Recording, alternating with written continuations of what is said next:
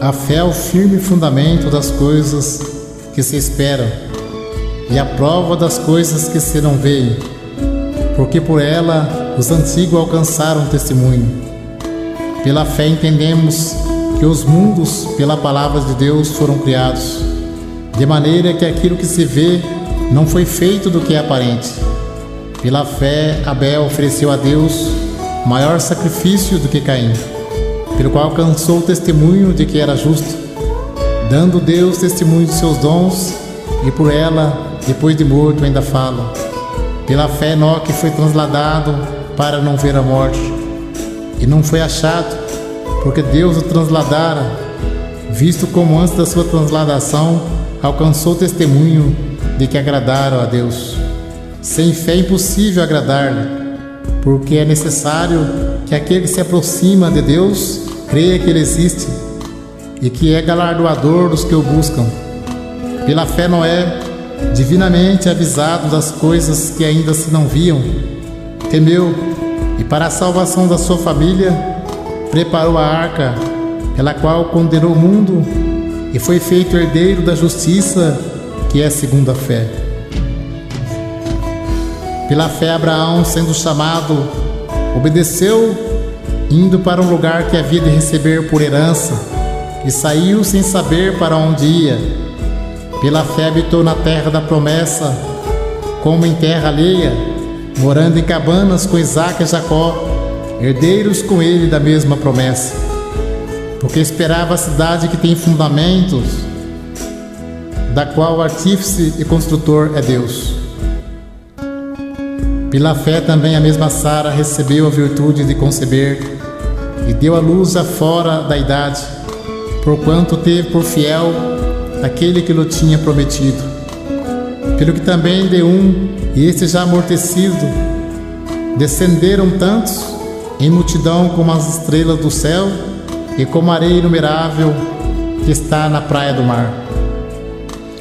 Todos estes morreram na fé, sem terem recebido as promessas, mas vendo-as de longe e crendo-as e abraçando-as, confessaram que eram estrangeiros e peregrinos na terra.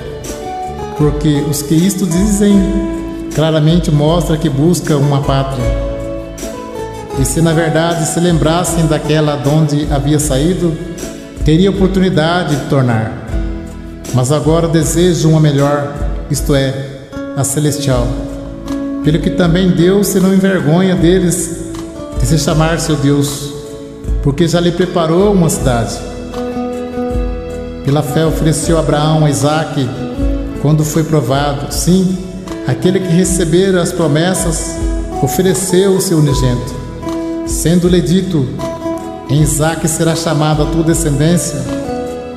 Considerou que Deus era poderoso para até dos mortos o ressuscitar. E daí também em figura ele o recobrou. Pela fé, Isaque abençoou Jacó e Esaú no tocante às coisas futuras. Pela fé, Jacó, próximo da morte, abençoou cada um dos filhos de José e adorou encostando a ponta do seu bordão. Pela fé, José, próximo da morte, fez menção da saída dos filhos de Israel e deu ordem acerca dos seus ossos. Pela fé, Moisés, já nascido, foi escondido 3 meses por seus pais, porque viram que era um menino formoso e não temeram o mandamento do rei. Pela fé, Moisés, sendo já grande, recusou ser chamado filho da filha de Faraó, escolhendo antes ser maltratado com o povo de Deus, do que por um pouco de tempo ter o gozo do pecado, tendo por maiores riqueza o vitupério de Cristo do que os tesouros do Egito, porque tinha em vista a recompensa. Pela fé deixou o Egito, não temendo a ira do rei, porque ficou firme como vendo o invisível. Pela fé celebrou a Páscoa e a aspersão do sangue, para que o destruidor dos primogênitos não lhe tocasse. Pela fé passaram o mar vermelho como por terra seca, porque intentando os egípcios se afogaram. Pela fé caíram os muros de Jericó, sendo rodeado durante 7 dias. Pela fé Raabe, a meretriz, não pereceu com os incrédulos, acolhendo em paz os espias. E que mais direi?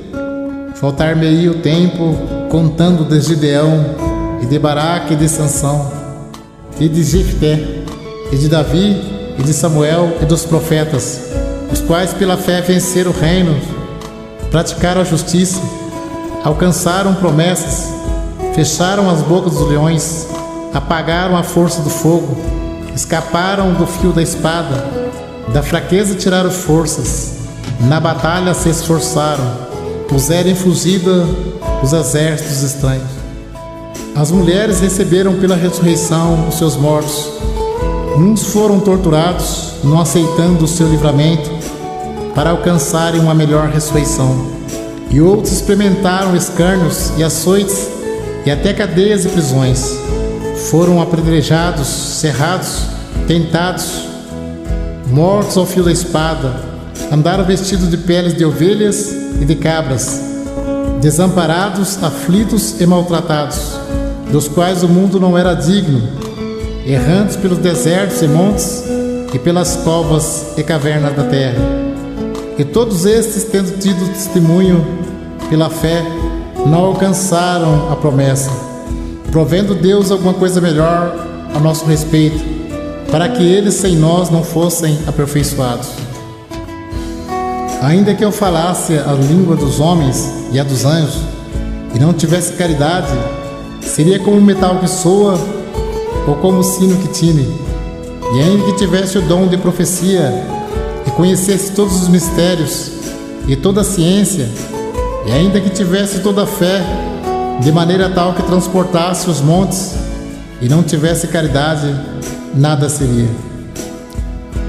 E ainda que distribuísse toda a minha fortuna para o sustento dos pobres, e ainda que entregasse o meu corpo para ser queimado, e não tivesse caridade, nada disso me aproveitaria.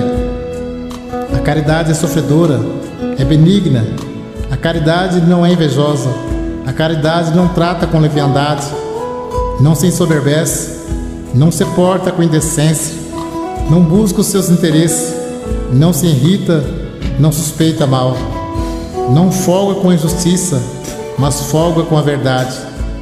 Tudo sofre, tudo crê, tudo espera, tudo suporta.